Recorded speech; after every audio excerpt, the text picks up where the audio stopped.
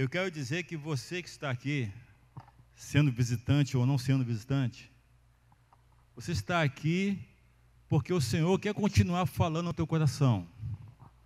E mais que falando no teu coração, Ele quer continuar te usando nessa geração. Só que quando a gente fala assim, geração, parece uma palavra tão ampla, né? Geração, um negócio tão inatingível. Mas nessa geração, é na sua casa, é na rua onde você mora, é no trabalho no lugar onde você trabalha. Lá é essa geração, é onde você está. Hoje a gente está sentindo falta de alguns irmãos, principalmente aqui, meio que à esquerda, os jovens sentam por ali, né? Só para avisar quem ainda não sabe, que o Cláudio Júnior estão lá em Cataguases, com cerca de 40 irmãos, né? Modesto está em Miguel Pereira, não sei com quantos irmãos que ele está lá em Miguel Pereira. Marcão e Edna estão em Minas, né? Eu e Ideal estamos aqui. Amadinho já sabe de Amadinho? Não sabemos ainda de Amadinho, mas que o Senhor possa estar guardando nosso amado irmão, em nome de Jesus. Mas por que eu estou falando isso para vocês? Não só para dar uma ciência, mas para dizer que esses irmãos hoje estão influenciando a geração deles. De que forma? Se lançaram para serem cooperadores de Deus. E você? E tu? E nós? O que é que temos feito na nossa geração, na nossa família? Será que nós temos sido referência para as nossas esposas? Referência para os nossos filhos? Referência para os irmãos? Sim, é muito provável. Mas podemos melhorar? O que vocês acham? Sim ou não? Queremos, podemos melhorar. Sabe por que a gente pode melhorar? Porque o nosso modelo, o modelo que nós precisamos imitar, é nada mais, nada menos que Jesus. E quando a gente olha para Jesus, a gente pode ver modelo para tudo. Modelo para uma pessoa ser paciente, benigno, perdoador, amoroso, aquele cara que não foi rancoroso. É só a gente olhar para Jesus. E nessa manhã, e é isso que esse mundo precisa, de que Jesus seja visto em nós. E eu quero falar com vocês sobre um grande testemunho. Um grande testemunho. Repita comigo. Um grande testemunho. Será que você tem um testemunho parecido com o de Josué? Eu vou ter alguém aí para me acompanhar, Wellington? Vou ter? Tá bom. Josué 10:12. Olha aí um exemplo de um grande testemunho. O povo de Israel estava numa batalha e a batalha estava ferrenha e Josué simplesmente ora. Ele orou, né? E diz o texto, que talvez seja mostrado ali, que Josué orou. Você sabe, né? O que aconteceu, irmãos? Hein? O sol parou, que era a ciência daquele tempo, certo? Que hoje a gente sabe que não é o sol que para, não é verdade? O sol está paradinho, ou melhor, o sol já está paradinho lá. Não é ele que se move. Mas a ciência daquela época entendia assim. Então estamos nos referindo à ciência daquela época. Então Josué orou, e naquela ciência, naquele entendimento, o sol parou. O que vocês acham desse testemunho? É um forte testemunho para ser contado? Imagine Josué depois contando. Não, para aqueles que não tinham visto e nem ouvido. Seria um grande testemunho? Não, mas Deus é poderoso, Ele ouve a oração. Eu orei e o sol parou. É um grande testemunho? Vamos ver. Pelo menos mais uns outros textos. Tem um aqui que não está aqui, mas eu me lembrei. Você lembra de... Está em Reis. Você lembra de Elias? Elias fez alguns... Tem também alguns testemunhos poderosos para contar. Um deles foi quando ele desafiou... Lembra aquele desafio que ele fez aos profetas? Lembra mesmo? Quero te perguntar, você que lembra, quantos profetas Elias desafiou? Perguntinha boa, né? Uma gincana. Quantos profetas Elias desafiou? Quem responde? Hã? Viu? Mais um pouquinho. Diz que foram 400 profetas de Baal e 450 profetas de Aserá. Ou seja, olha que testemunho poderoso. Um homem enfrentou 850 profetas. Aí você sabe da história, né? Ele pediu para que os profetas, já que eles eram em número maior do que ele, que fizesse primeiro, né, preparasse o holocausto e falasse, roga ao seu Deus para que mande fogo do céu. E os caras fizeram, rogaram, e nada aconteceu. Aí Elias, um único homem, foi lá, preparou o seu, ainda desafiou, né, molha isso tudo aí. Irmãos, quem já tentou acender, uma churrasqueira, um saquinho de carvão molhado? Quem já conseguiu? Eu já passei tanto problema com esse negócio. Para tentar acender uma churrasqueira. Recentemente estava eu, minha esposa, acho que Andes e Carol, numa ilha aí. Nem sei o nome daquela ilha. Qual o nome? Tu lembra? Fomos fazer um churrasco na ilha. Eu falei, cara, vou tentar lá. E fiquei pelejando. Por quê? A lenha estava um pouquinho umedecida. E sabe o que Elias fez? Preparou o altar, botou o holocausto e falou assim, joga água, e joga mais água, e molha a madeira, e molha, foi tanta água que fez um rego, né? Tipo um laguinho em volta do altar. Aí esse camarada sozinho, sabe o que ele fez? Rogou ao Deus e disse, manda fogo do céu. E o fogo desceu e lambeu tudo aquilo. O que vocês acham? Esse é um grande testemunho para contar? Sim ou não? Com certeza é. E diz um texto mais abaixo, nesse mesmo capítulo, né, que aquele povo glorificou a Deus. Interessante isso. Parece muito com as palavras de Jesus, que as vossas boas obras sejam vistas pelos homens, mas que isso glorifique a Deus, não a vocês. Que as obras ao serem vistas pelos homens, não fale assim, você é alguma coisa. Porque se isso acontecer, nós não alcançamos o objetivo do Evangelho. A glória é para Ele. Mas ele estava lá. Um grande testemunho. Vai pensando no teu testemunho aí, que eu vou perguntar daqui a pouco, tá? Olha o testemunho de Josué. Olha o testemunho de quem que eu falei? Elias. É que não está escrito aqui, tá vendo? Não está escrito. Elias. Esse aqui está escrito. Eu queria ler com vocês. Vamos lá? Daniel 3, do 15 ao 26. É o testemunho dos amigos de Daniel. Ananias, Misael e Azarias. Olha só o que o texto diz.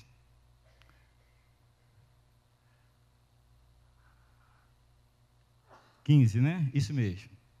Agora, pois, estai disposto a quando ouvirdes o som da trombeta, do pífaro, da cítara da harpa, do saltério, da gaita de fole, prostrai-vos e adorai a imagem que fiz. Isso foi um decreto que o rei Nabucodonosor tinha instituído. Porém, se não adorardes, sereis no mesmo instante lançado aonde? Fornalha de fogo ardente. E quem é o Deus que vos poderá livrar das minhas mãos? Irmãos, olha que coisa séria. Nabucodonosor desafiou quem? O Deus de Ananias, Misael e Azarias. Pode continuar. Responderam Sadraque, Mesaque e Abednego, porque lá mudaram o nome deles, né? Ó Nabucodonosor, quanto a isso, ou seja, se Deus pode me livrar ou não, quanto a isso, não necessitamos de te responder. Próximo.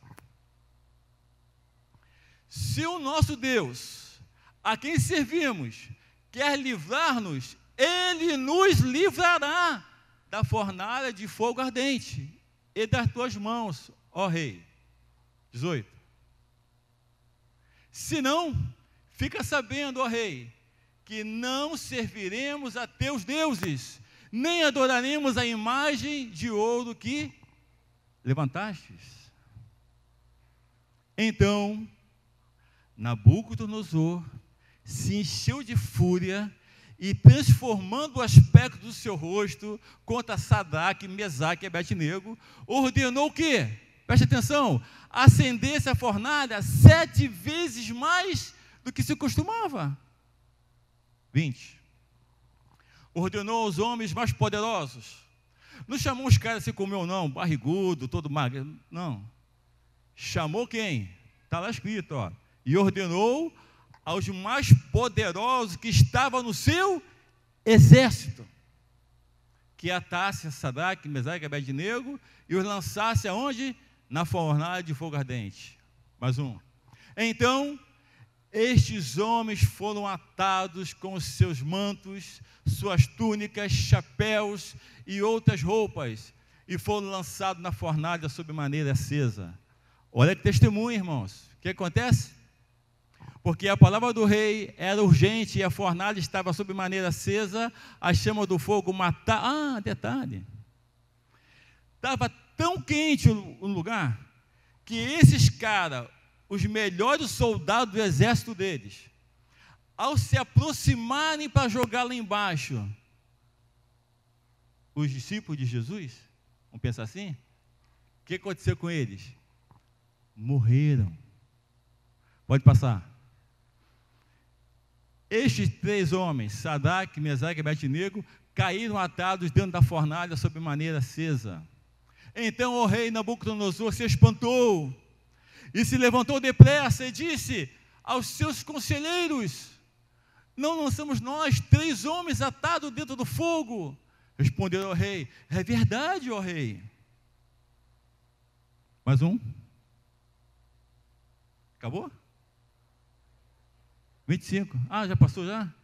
Nem vi, cara. Ó. Tornou ele e disse: eu, porém, vejo o quê? 4 homens soltos e andando, passeando dentro do fogo, sem nenhum dano. E o aspecto do quarto homem, do quarto, é semelhante a um filho de deuses. Até aqui. O que é que vocês acham desse testemunho, irmãos? É um grande testemunho para contar? E não poder deixar de falar, citar pelo menos, o testemunho que envolve o próprio Daniel. Vocês lembram disso? Daniel aonde? Daniel na cova dos... Irmãos, por que a gente está relembrando isso? Para mostrar grandes testemunhos que precisam ser contados. E eu vou querer saber do seu testemunho daqui a pouco. Porque tem pessoas que não pregam o evangelho, porque falam assim, ó, eu não tenho um testemunho como esse para contar. Eu não tenho nada para dizer. Eu nem sei como fazer. Eu nem sei o que falar. Mas olha só, o que esses homens viveram. Grandes testemunhos. Daniel na cova dos leões. Daniel 6, do 13 ao 17.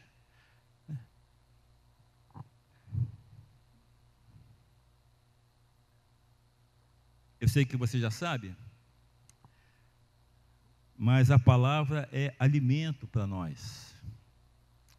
Então, o mesmo Daniel se distinguiu dentre os presidentes, os sátrapas, porque nele havia o espírito excelente, e o rei pensava em estabelecê-lo sobre o reino. Então, os presidentes e os sátrapas procuraram a ocasião para acusar Daniel a respeito do reino. Não puderam achar nem culpa alguma, porque ele era fiel e não se achava nenhum erro, não muda ainda não, em sua culpa. Isso aqui é importante a gente conversar com os irmãos. Está dizendo aqui que os caras procuraram, no trabalho de Daniel, alguma coisa que pudesse condená-lo, que pudesse expor Daniel, lá no trabalho dele. Vocês acham que se Daniel chegasse atrasado todos os dias no compromisso do rei, seria um bom motivo para os caras denunciar Daniel? Que seja sim ou não? Sim. Mas se Daniel chegasse certinho, no horário certinho, mas sentasse na sua cadeira, né, para despachar, e pegasse o seu celular e ficasse no WhatsApp, já tinha chegado, já tinha batido o ponto, assinado o ponto, ou pelo menos assim, patrão, estou aqui no horário certinho. Mas isso não seria um bom motivo para os caras pegar? Ih, rei, eu tenho algo que Daniel faz de errado. Ele chega até no horário, mas começa a trabalhar muito depois, porque ele tem que, né, mexer no WhatsApp, tem que mexer no Instagram, tem que passar pelo Facebook, né, tem que passar pelos e-mails, até e-mails, também meio que ultrapassado, né, mas tem que passar pelos e-mails, na caixa de entrada dos e-mails. Seria um motivo, irmãos. Entendeu o que eu quero dizer com você? Se você tem um horário, uma jornada, sirva ao teu patrão, ao teu chefe, como se fosse ao Senhor. Vá além. Se possível, passa um pouquinho do horário. Isso é bom, hein? Passa um pouquinho do horário. Mas, vamos continuar, né? Eu parei no 4, não é isso? Mas vocês viram que procuraram em Daniel e não acharam culpa. Disseram, pois, estes homens, nunca acharemos ocasião alguma para acusar a este Daniel, se não procurarmos contra ele na lei do seu Deus. Aí eles armam uma tramóia toda, tá certo? Aí eu falei Daniel 6,13, por isso que eu estou achando que o texto está grande. Eu falei do início, me perdoe, irmãos, eu do 13 a 17, não falei não? Falei? É que eu estou lendo ali, você não li tanto assim quando estava preparando a palavra? Vamos lá, é 13. Bem, mas deu para os irmãos terem uma ideia do contexto, né? Então responderam e disseram ao rei: esse Daniel é dos exilados de Judá. Não faz caso de ti, ó rei, nem do teu interdito que assinaste. Antes,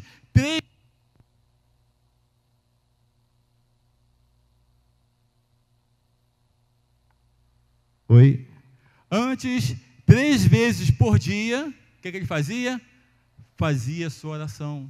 Deu para entender que eles armaram um complô? Deu o seguinte, ó, a partir de agora, só podem orar a estátua que o rei criou. Construiu, né? Fez, né? Eles quiseram, mas Daniel não se sujeitou a isso. Ele foi lá e orava. Orava. 3 vezes por dia. E o que acontece? Só que o rei tinha falado, né? Que quem não orasse, a sua estátua seria lançada onde? Na cova dos... Sabem disso, sabe, irmãos? E foi exatamente o que aconteceu. Mesmo o rei gostava tanto de Daniel, sabia que era uma armação que os caras estavam fazendo, mas por causa da sua palavra, ele fez isso. Lançou Daniel na cova dos leões. Pode botar o 16. Então o rei ordenou que trouxesse Daniel e o lançasse na cova dos leões. Disse o rei a Daniel: o teu Deus, a quem tu serve, a quem tu continuamente serve, que ele te livre. 17.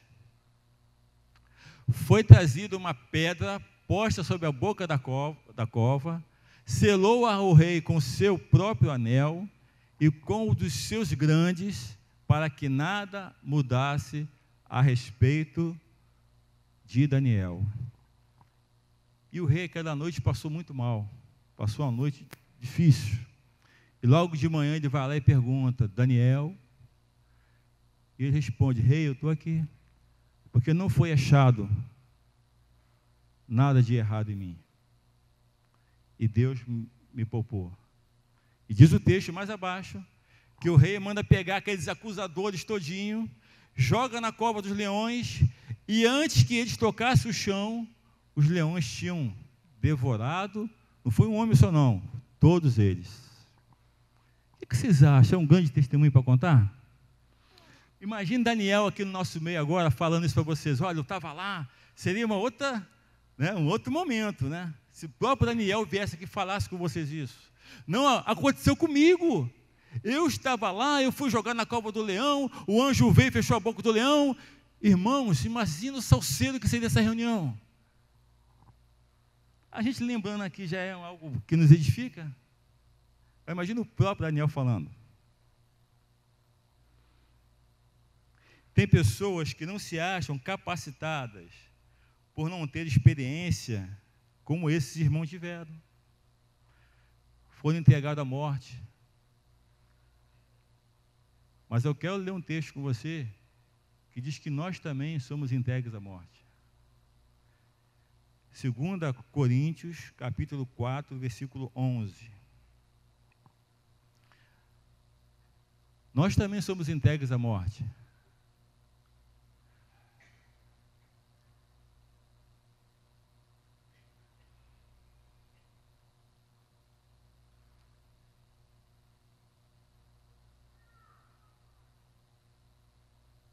É isso mesmo? 2 Coríntios.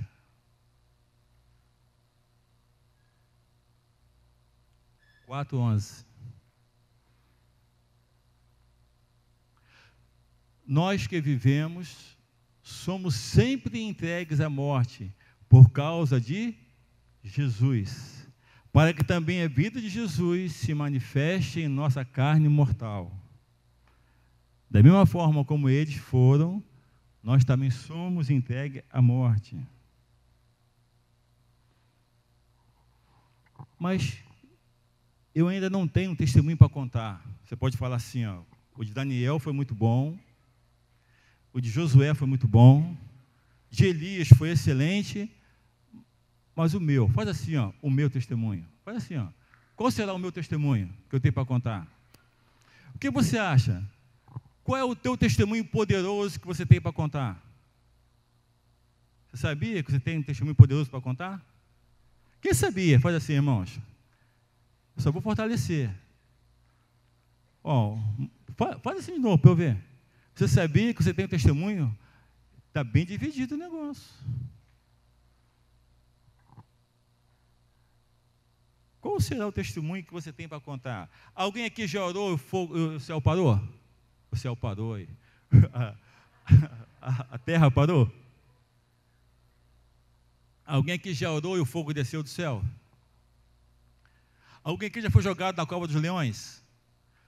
Pode esperar que vai ser. Se não foi ainda, espera que vai ser. Ou você pensa que nós não vamos ter oportunidade de darmos a nossa vida por amor a Jesus? Imagina a perseguição. Olha, irmãos, eu não sei quantos de nós, mas de hoje até o arrebatamento da igreja, alguns de nós vamos morrer por amor a Cristo. Quem aplaude? Dá bem. Oh, glória a Deus. Irmãos, é isso mesmo. Pode marcar na tua agenda aí, ó, de hoje até o arrebatamento da igreja, alguns de nós vamos morrer por amor a Cristo. E vai se cumprir o que está em Apocalipse. Quem são esses aí que estão vindo? São aqueles que passaram pela grande tribulação. Amém? Então nós vamos morrer por amor a Cristo.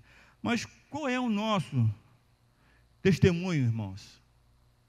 Nosso grande testemunho. Vou mostrar para você qual é. Esse testemunho é comum a todos nós. Todos nós temos um grande testemunho para contar. Pode ser que não seja fogo do céu, mas você tem um testemunho poderoso para contar. E quer saber qual é o teu testemunho? Você que não levantou a mão? Eu vou te dizer. Eu vou te dizer porque a Bíblia diz. Qual é o seu testemunho poderoso? E pode ter certeza, vai fazer diferença. Se tu contar para a pessoa que está ao seu lado. Querem saber qual é o testemunho que você tem poderoso para contar? Abre para mim aí, abre não é, mostra. Marcos 5, versículo 18 e 20.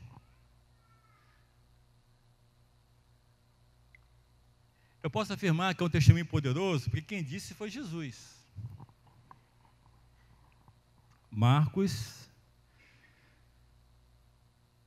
5, 18.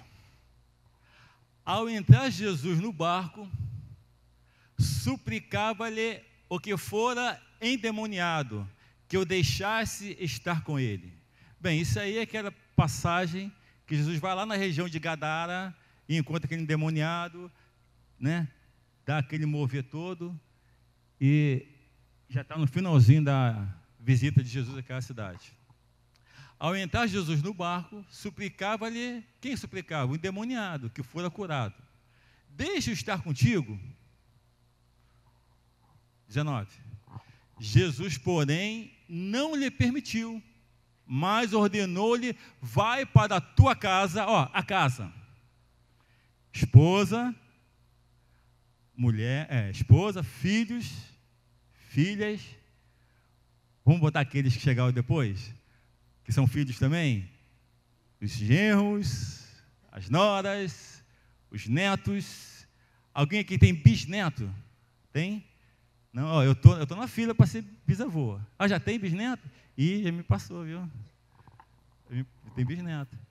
Vai para, olha o que Jesus fala, irmãos. Olha o grande testemunho que esse homem tinha. Vai para a sua casa e para os teus e faz o quê? Anuncia tudo o que o Senhor fez e como teve compaixão de ti. Irmão, desceu fogo do céu. Esse testemunho que esse camarada foi contar lá, vocês acham que é um testemunho poderoso? A compaixão, o que ele tinha que falar? Anuncia-lhes tudo o que o Senhor fez e como teve compaixão de ti. Imagina você chegando no teu trabalho amanhã, falando assim: patrão, meu chefe, meu encarregado, eu quero te falar de como Jesus teve compaixão de mim, de como Ele me alcançou, de como Ele mudou. E à medida do que tu começar a falar, o que tu acha que vai acontecer? Irmãos, um poderoso testemunho, um grande testemunho, é você mesmo, é a obra de Deus na tua vida. Isso aí já é suficientemente forte para fazer você abrir a boca e falar daquilo que Deus fez por você. Uns têm umas guerras mais fortes que a outra, pode dar como exemplo: eu estou no meio de um fogo, eu estou no meio de uma situação, mas Deus está comigo. Vocês conhecem a história da Sara? Não conhece de Sara? Só que não é Sara de Abraão, não, é a Sara Torres, né? Que tem o sobrenome Torres, né? Nossa Sara. Nossa Sara está aí, irmãos. Nosso bebezinho de 1 ano e 6 meses. Está conosco aí. A Sara está no nosso meio. Cheia de dificuldade. Pela ciência não tem jeito. Na realidade, pela ciência, a Sara não estaria nem conosco hoje. nem sairia da maternidade. Ó, nem sairia da maternidade, mas está aí conosco. Recentemente chegou um resultado de um exame que foi feito lá na Suíça, um mapeamento genético da Sara, do Léo e da Vivi. Eles queriam pesquisar, porque essa displasia, chamada displasia metatópica, depois você procura, você que é curioso sobre isso. Não existe um caso catalogado no Brasil. E no mundo todo, envolvendo os... São quantos continentes mesmo? 5 ou 6? 5, é isso mesmo? Me ajuda aí, os mais novos. 5 continentes? Envolvendo os 5 continentes, existe 200 casos. E o tipo de displasia que está na Sara é o único no mundo. Uau! Irmãos, um caso no meio de quantos bilhões? 7 bilhões de habitantes no planeta? Caiu justamente aonde? Na Sara, a nossa casa. Isso para quê? Para a gente pegar isso aí como testemunho e dizer que Deus é Deus. Se Deus fizer, Ele é Deus. E se não fizer, Ele é Deus. As pessoas precisam entender isso. Ele fazendo ou não fazendo, Ele é Deus. No caso dela, ele já está até fazendo.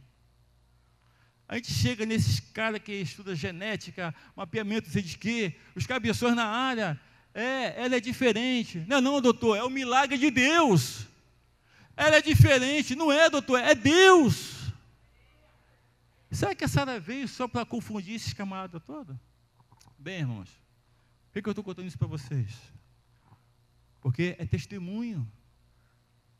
Né? As tribulações quando vêm. E tem outra, irmãos, pode ter certeza. A Sara está conosco. Não sabemos até quando, mas ela está conosco. Não é que nós somos melhores que ninguém, não. Mas Deus viu que essa família tinha todo o suporte para receber a Sara. E que juntos iam glorificar Jesus pela Sara. Né? Tem hora que nosso coração balança. Quando a gente vê Pedro e Miguel correndo para um lado, para o outro, e Sara paradinha. Né, filha? O coração dá aquela... Irmãos, uma coisa tão simples, uma criancinha com 1 ano e 5 meses, pegar uma banana e comer. Né? A Sara não consegue. A Vivi está estimulando ela vai com a mãozinha, pega a banana e fazer assim, ó. Não é normal? Ela não consegue. Mas nós sabemos que o Senhor está acima de tudo isso. E de fato, irmãos, a canção que veio ao nosso coração é essa canção aí, que se Ele fizer, Ele é Deus. E se não fizer, continua sendo Deus. É esse testemunho que a gente dá para as pessoas. Então, o que tu está passando, irmãos, pode ser até mais difícil do que o que estou passando, a família está passando, mas isso aí é para ser usado para a glória de Deus. Como é que é para a glória de Deus? Quando você não murmura, quando você passa pelo meio dessa situação. Porque se você murmurar, se a gente murmurar, sabe o que acontece? Simples palavras, você perde a tua bênção.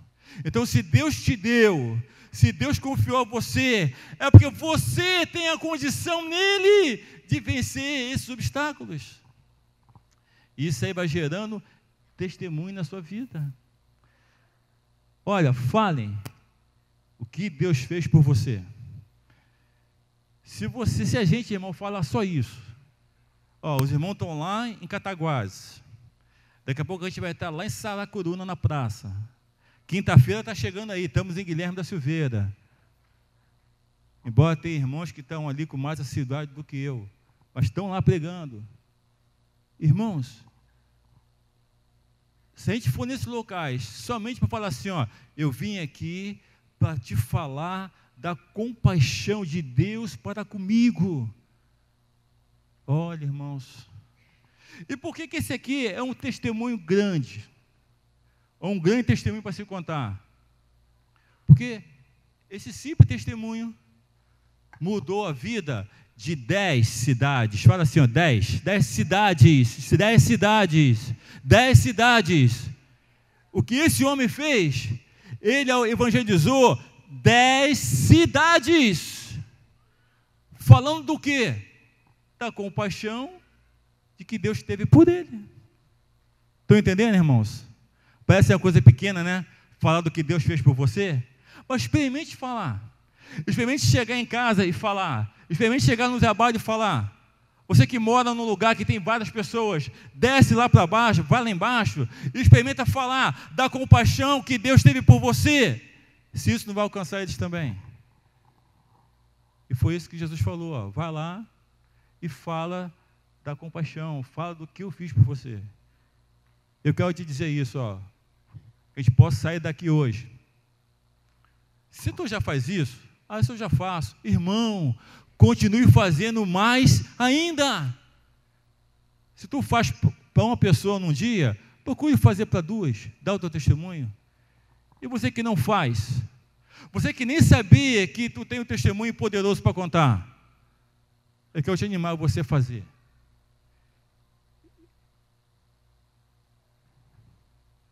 E quero te dizer que o Senhor, Ele nunca chamou os capacitados para nada. Ele capacita aqueles que Ele chama. Aqueles que totalmente, né, confiam nele.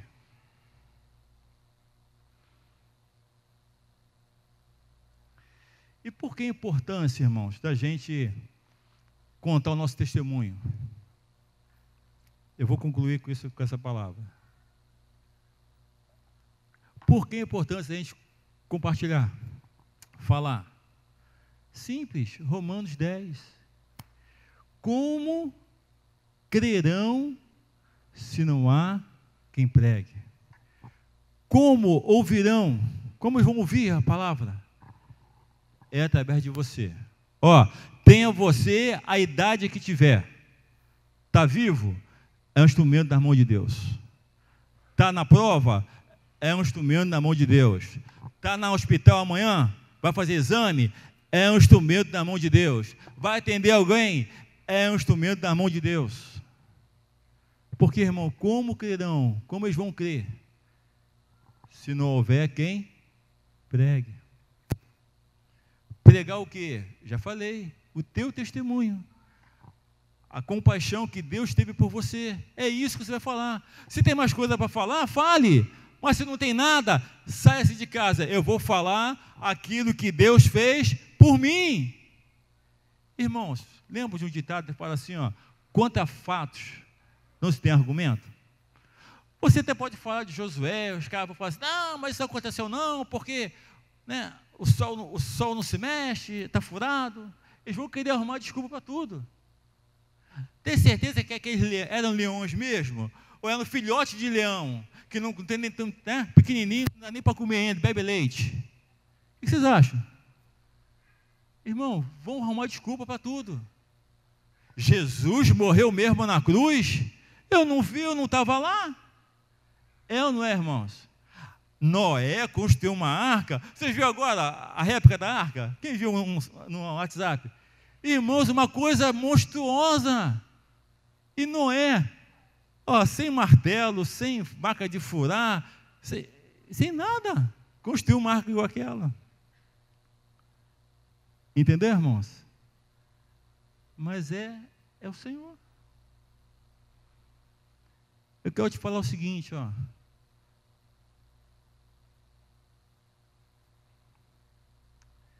A condição para a gente pregar esse evangelho, Ele já nos deu. Já nos ensinou o que falar, não é verdade? Falar o quê? Você agora já sabe. Ah, eu não li a Bíblia toda ainda. Quando eu ler a Bíblia, talvez eu tenha que falar. Não vai para esse caminho, não. Leia a Bíblia toda. Mas você, para pregar esse evangelho, é só falar o que Deus fez por você. Eu quero te dizer que esse é um grande testemunho que você pode falar. E vou te dizer também uma coisa. Se você não falar, você vai ser cobrado de você o sangue daquele camarada que trabalha contigo. Sabia disso? Se você está no teu trabalho, se você passa pelos amigos, se você convive com pessoas que você não fala, e mandou que você fosse, que nós fôssemos, falasse para os nossos, sabe o que vai acontecer? Vão cobrar de nós esse sangue.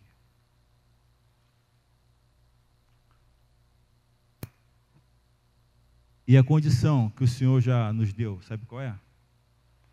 Ele já nos deu o Espírito Santo, que é o poder para isso. Amém? O Espírito Santo em nós nos dá esse poder para pregar, condição de falar. E já derramou em nossos corações o amor. Alguns podem pensar assim, mas eu não sinto amor pelos perdidos.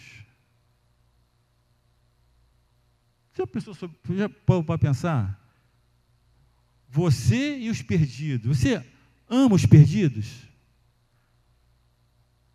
Eu falo assim, eu não prego porque eu não sinto nada, não sinto amor por ninguém. Sabe como que se vence isso? É amando, é pregando, porque o amor já está derramado aí dentro de você, dentro de nós. O que cabe agora é a gente jogar isso para fora, trabalhar esse amor. Sabe como? É abraçando as pessoas e falando para elas, né, o que Deus fez por você.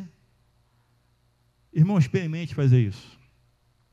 Você que é pai, que ainda tem filhos que estão embaixo do seu governo, tenha o filho a idade que tiver, mas está embaixo do seu governo, pega seus filhos e faz um evangelismo com eles. Façam um evangelismo com seus filhos. O que é isso? Vai para um shopping, se você pode, compra uma pizza para eles, né?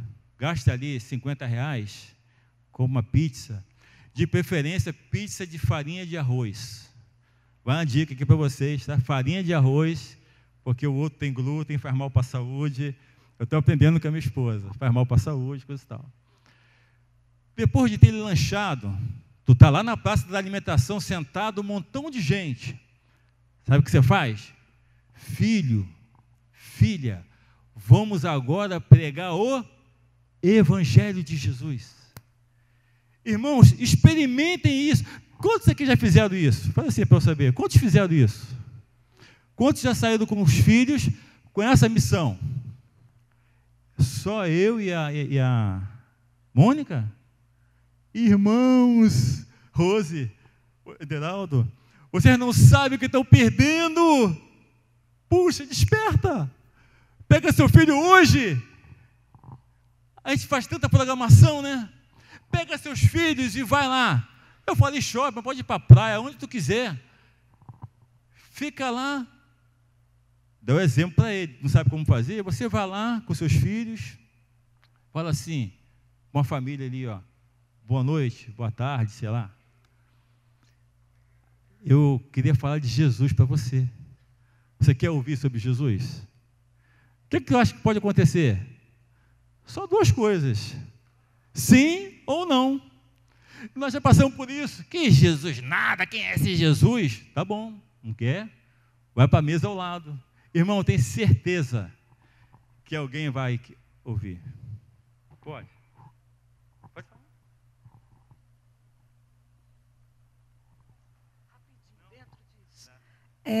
Dentro disso que o Sérgio está falando, eu achei interessante que ele falou sobre os filhos, e recentemente eu estava em Curitiba e fiquei muito apertada para ir ao banheiro, e quem estava junto comigo foi o João, da Ana Carolina, o João Francisco, e o Heitor Dudinho.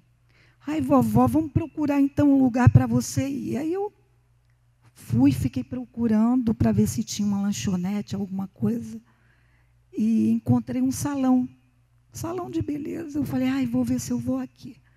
Aí a moça estava fechada e ela lá limpando o jardim. Aí eu virei assim, muito sem graça para falar com ela, está fechada e tal. Ela abre mais tarde e começou a conversar comigo. Aí eu já estava quase indo embora e o Heitor virou: vovó, você não falou que quer ir ao banheiro? Ela quer ir ao banheiro, moça. Aí eu fiquei assim, a moça também, aí ela olhou para mim: você quer? Eu falei: vou. Aí fui ao banheiro. Quando eu estou lá no banheiro, eu falei: meu Deus, eu não estou aqui à toa, não. Aí só deu tempo de eu ir rapidinho. Quando eu voltei, a moça estava chorando. Falou: olha, um perguntou se eu tenho Jesus, o outro já orou por mim. E a mulher estava chorando e eu comecei a conversar com ela. Aí eu falei da reunião lá que o Dinho faz lá perto da casa dela. Foi assim. Eles têm 5 anos. Um é de janeiro e o outro é de junho. Então, eles foram no natural. Aquilo para eles, eu acho que a vida da gente também tem que ser natural. Se eu estou na academia, eu falo do que Jesus fez. Se eu estou no meu trabalho.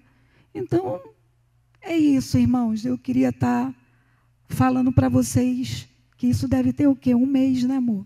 1 mês, mais ou menos. Tá bom? Glória a Deus, irmãos. É isso aí. É simples assim. Faz, ensina a criança no caminho que ela deve andar, e quando ela for grande, não se desviará dele. Os filhos precisam ver você fazendo. Irmãos, os teus filhos precisam ver você orando. Quantos de nós já fomos pegos pelos filhos vendo pornografia? A gente pode imaginar, a gente até pode, o estrago que isso faz na vida dos nossos filhos. O contrário também é verdadeiro. Quantos de nós já fomos pegos pelos nossos filhos orando, às vezes com o rosto em pó e o bumbum aqui em cima, assim, ó, orando? Isso também faz um efeito grande na vida deles. Aí eles vão querer saber o quê? O Deus do meu pai, o Deus da minha mãe. É isso que faz diferença na vida dos filhos. Amém? Fiquei surpreso em saber que a maioria de vocês, pais, ainda não fizeram isso com os filhos. Está tempo, hein? Está em tempo. Faça isso. Faça. A nossa pregação como a Amanda falou, precisa ser normal, natural, naturalmente. Mas até que chegue para alguns naturalmente, façam como Jesus falou assim, vão de 2 em 2 e vão lá fazer esse evangelho. Amém? A gente se programa para tantas coisas, mas não nos programamos para pregar o evangelho na família. Temos essa experiência. Amém, irmãos? Bem, era isso que eu queria trazer para você nessa manhã. Trazer o quê?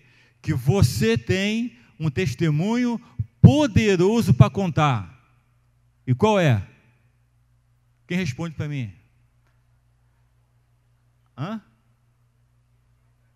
Aquilo que Deus fez por você.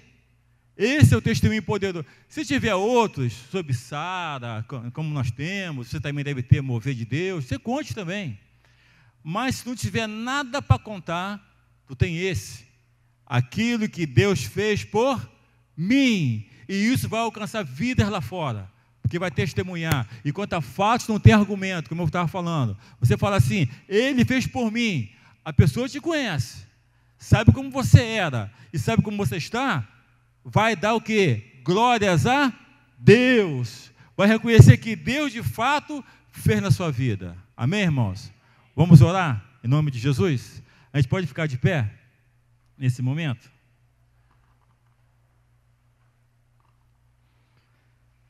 A gente vai orar. E a oração que eu quero fazer nessa manhã é uma oração de envio. Eu quero estar orando, enviando os irmãos. Enviando para onde?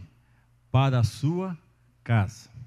Fazer como Jesus falou: vai para os seus e conte aquilo que eu fiz por você. Irmãos, poucas coisas bem aprendidas e bem praticadas promovem uma mudança incrível na tua vida e na vida de quem ouve. Amém? Vamos orar assim então, em nome de Jesus? Pai, no nome de Jesus,